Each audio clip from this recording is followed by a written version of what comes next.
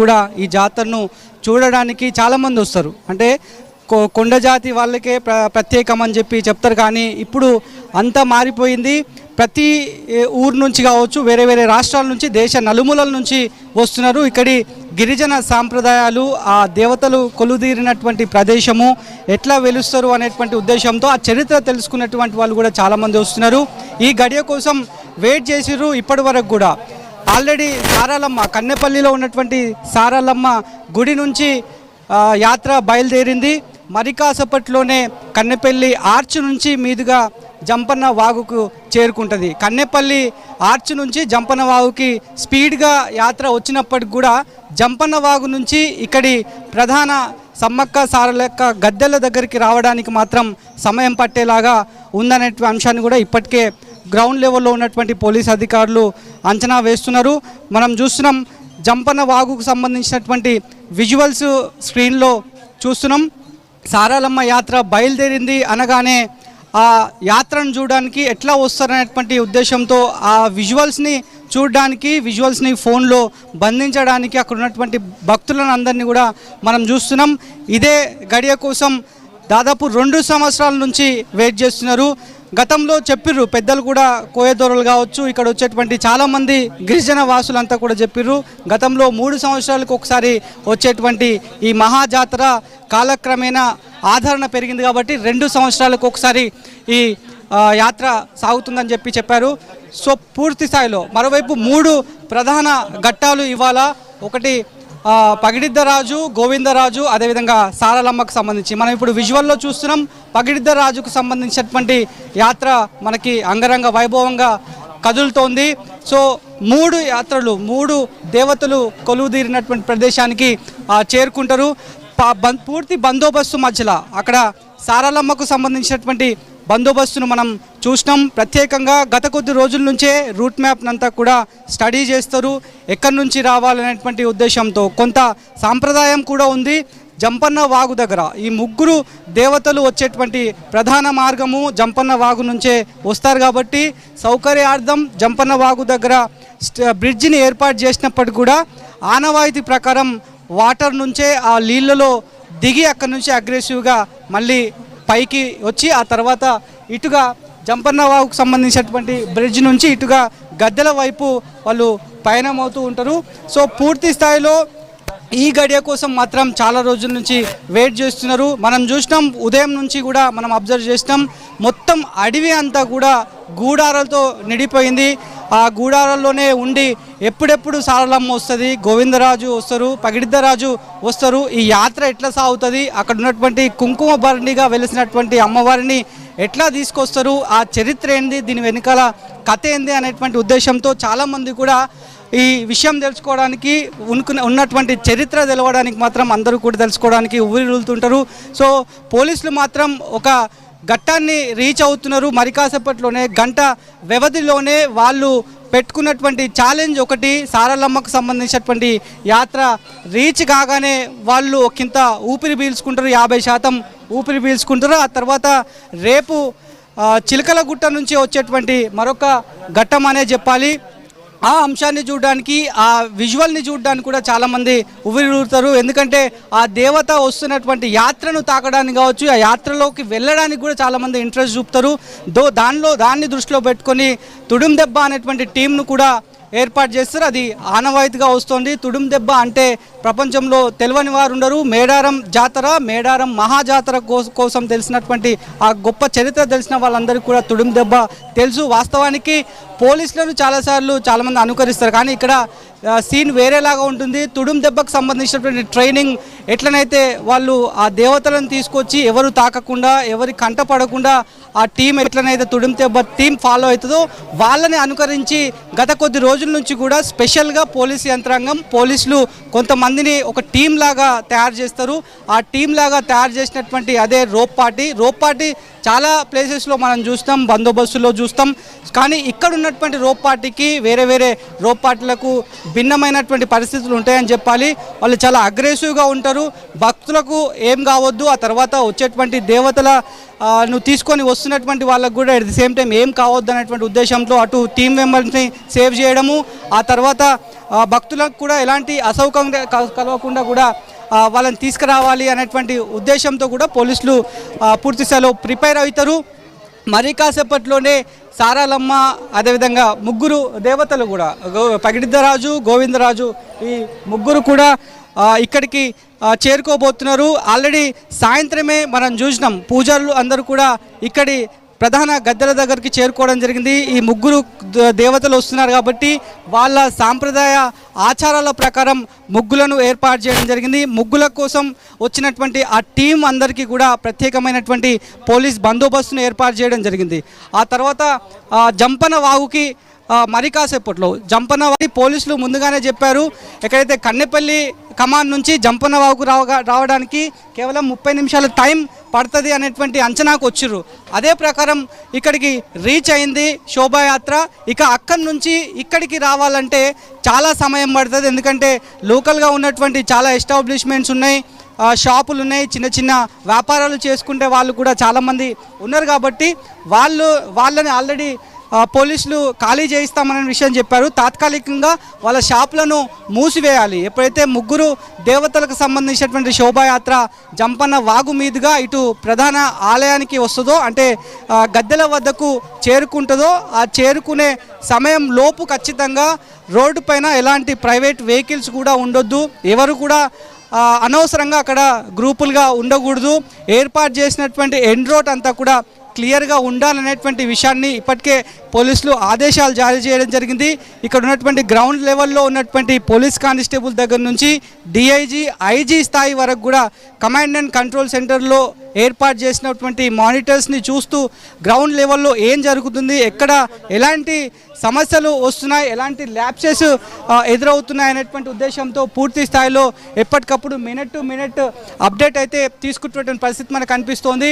మనం చూడొచ్చు జంపన్న వాగు దగ్గర టాప్ వ్యూలో మనం డ్రోన్ విజువల్స్లో మనం క్లియర్గా చూస్తున్నాం. అక్కడి శోభాయాత్ర సరళి ఏ రకంగానైతే కదులుతుందో ప్రశాంతంగా కదులుతుంది, ఎలాంటి డిస్టర్బెన్స్ లేకుండా కూడా ఆ శోభాయాత్ర అనేది సాఫీగా జరుగుతుంది. ఇదే పోలీసులు మొదటి నుంచి కూడా మహాజాతర ఎప్పుడైతే షురూ అవుతుందో, మహాజాతర షురూ అయిన తర్వాత ప్రధాన ఘట్టాలు ఉంటాయి. ఒకటి సారలమ్మకు సంబంధించి ఇప్పుడు ఆల్రెడీ మరి కొన్ని అంటే ఒక గంటలో వ్యవధిలోనే టార్గెట్ని రీచ్ అవుతారు పోలీసు వాళ్ళు.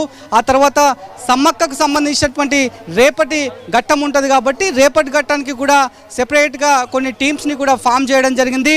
ఇంకా మరి కాసేపట్లోనే సారలమ్మకు సంబంధించినటువంటి ఈ యాత్ర సక్సెస్ఫుల్గా ఇక్కడికైతే చేరే అవకాశం అయితే మనకు కనిపిస్తోంది.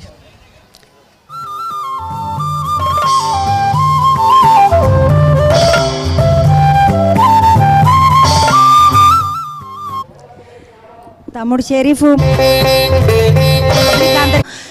ఒక్కసారి యాత్రను చూస్తే ఏమనిపిస్తుంది అంటే, అమ్మో గిసుంటి యాత్ర నా భూతో నా భవిష్యత్ అంటారు కదా ఊళ్ళల్లో.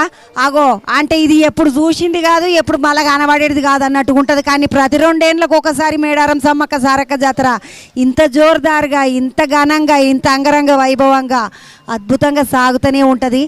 ఇంత మంచి జాతర సాగనికే ఒకటి గిరిజనులకు ఉన్నటువంటి అద్భుతమైనటువంటి ఆచారాలు కావచ్చు, వాళ్ళు చేస్తున్నటువంటి అద్భుతమైన పూజలు కావచ్చు, అమ్మవార్లను వాళ్ళు అంత జాగ్రత్తగా కాపాడుకోవడం కావచ్చు, ఎవ్వరు వాళ్ళు చేసే పూజలకి సంబంధించిన ముచ్చట కానీ, వాళ్ళు ఏం చేస్తుండ్రు కానీ, ఎట్లా చేస్తుండ్రు కానీ, ఇవన్నీ ఏది చెప్పకుండా అన్నీ రహస్యంగా ఉంచుతారు. గోప్యంగా ఉంచి మంచిగా అమ్మవార్లను ఇద్దరిని కూడా చల్లగా తీసుకొని వచ్చుడు, తీసుకపోవుడు ఇవన్నీ చేస్తారు. ఇంతమంది 1.5 కోటి పబ్లిక్ అమ్మవారు ఏం కావాలంటే అవి ఇచ్చే రేంజ్లో అమ్మవారిని తయారు చేసుకుంటున్నారు. అంటే గిరిజనుల బిడ్డలు అందరికీ కూడా ఒక్కసారి శనార్థులు మనం చెప్పుకోవాలి.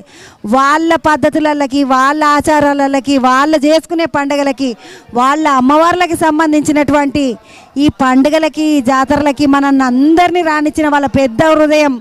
నిజంగా మనందరం వాళ్ళందరికీ ధన్యవాదాలు చెప్పాల్సినటువంటి ముచ్చట. ఎందుకంటే ఇంత పెద్ద జాతరలకి, ఇంత గొప్ప జాతరలకి మనందరినీ పిలిచి మనకున్న కోరికలన్నీ తీరేటట్టు మనం 6 రోజులు ఈడనే ఉండి దావతులు చేసుకొని నిమ్మలంగా తిని తాగి పిల్లలందరినీ చల్లగా ఆడుతా పాడుతా చూసుకునేటట్టు చేసినటువంటి ఆ కోయబిడ్డలందరికీ మళ్ళొకసారి ధన్యవాదాలు చెప్పుకుంటా. సారలమ్మ ఒక దిక్కు వస్తుంటే ఇంకొక దిక్కు పగిడిద్ద రాజుకు సంబంధించినటువంటి వాళ్ళందరూ కూడా పెద్ద యాత్ర లెక్క సాగి వస్తూనే ఉన్నారు. వాళ్ళని కూడా ఇంకొక దిక్కు చూడొచ్చు మనం. ఎందుకంటే పడిగిత రాజుకు సంబంధించిన వాళ్ళ కులస్తులు, వాళ్ళ పిల్లలు, వాళ్ళ వారసులు వాళ్ళందరూ కూడా స్వామిని నిన్న షురు చేసిండ్రు తీసుకొని వచ్చుడు.